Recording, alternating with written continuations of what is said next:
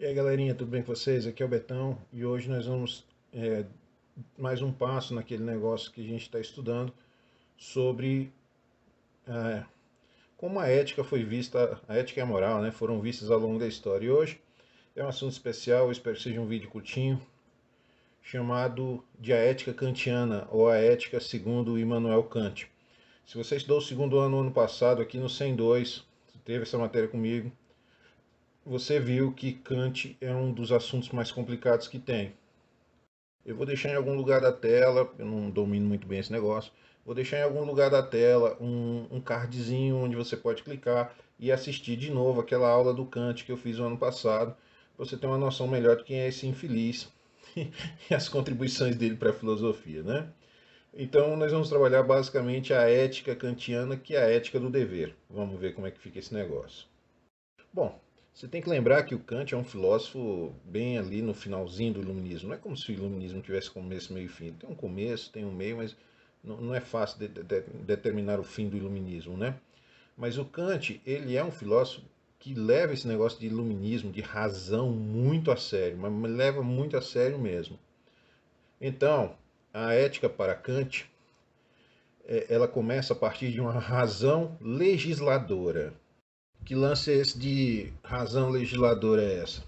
Bom, o Kant vai dizer para a gente que obedecer à norma moral é um reconhecimento da legalidade dessa norma, ou seja, a racionalidade que ela tem. Então, ele vai agregar a moral a um conceito plenamente racional, onde você vai obedecer à lei porque é a coisa mais inteligente para fazer, é a coisa mais racional para fazer. Então, o ato moral, ele tem que ser autônomo, consciente e por dever. Então, toda vez que você estudar o imperativo categórico em Kant, que é justamente esta porcaria aqui, né, o ato moral, você tem que entender que ele só é um ato moral para Kant se ele for autônomo, ou seja, se você decidir por você mesmo fazer o troço, seguir a lei, se ele for consciente, se você tiver consciência do que você está fazendo, você escolheu conscientemente, né, fazer e por dever.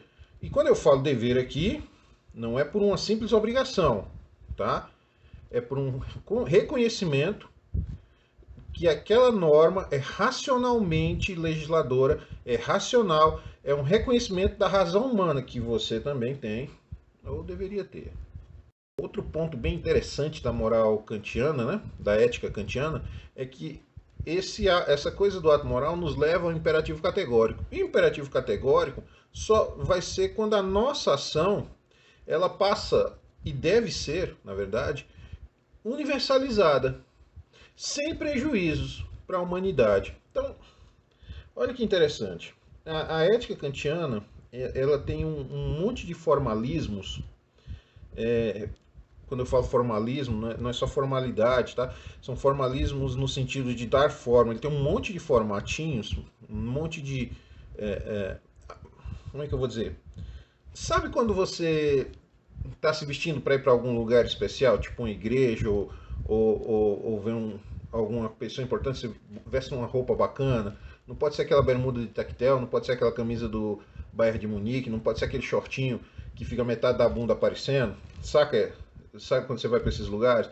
Então, o imperativo categórico do Kant é mais ou menos isso.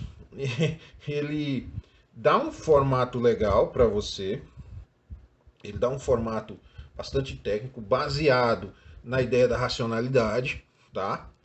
Mas essa ação que nós vamos fazer, ela tem que ser universalizada, ou seja, todo mundo que tem acesso a conhecimento deveria tomar esse mesmo campo de ação e não pode trazer prejuízo para a humanidade. Por exemplo, estou andando pela rua e encontrei uma carteira.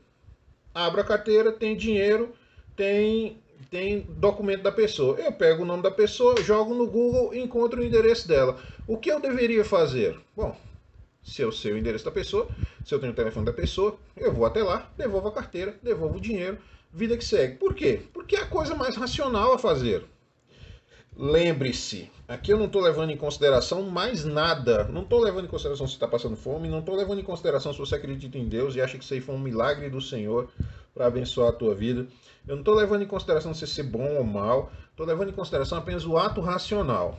Por exemplo, outro exemplo dessa mesma racionalidade da ética kantiana. Seu pai ou a sua mãe comete um crime, por exemplo, ele assaltou uma sorveteria. Aí no DFTV, no DF1, aparece lá os bandidos assaltando a sorveteria, você vê um cara encapuzado, você tem certeza que aquele dali é teu pai ou tua mãe. O que a ética do dever do Kant vai falar? Vai lá e denuncia. Ó, Betão, mas é a minha mãe. Ó, Betão, mas é o meu pai. Eu não posso fazer isso. Não pode? Você pode. A questão é, você deve. Então, quando você abre uma brecha nessa história toda, que você diz assim, ah não, eu sei o que é o certo para fazer, mas eu não vou fazer. E aí o Kant vai dizer que isso é possível também, tá? Então, olha que loucura isso, cara. A ética kantiana, que leva ao imperativo categórico, é uma ética formal, universal, mas ela não se preocupa com você, indivíduo. Você que está sentado aí tentando entender essas loucuras que eu estou falando. Né? O Kant dá a forma geral da ação moralmente correta, mas nada acerca do seu conteúdo. Conteúdo vai para as cucuias. Cada um que lide com a sua própria ética formal. É complicado um troço desse, né, bicho? Eu prometi que esse vídeo ia ser curtinho e ele ficou mesmo curtinho, tá? Então, é isso. Se você tiver alguma dúvida a respeito da ética kantiana, por favor, me procura pelo Hangouts. É isso. Betão adora vocês. Até a próxima.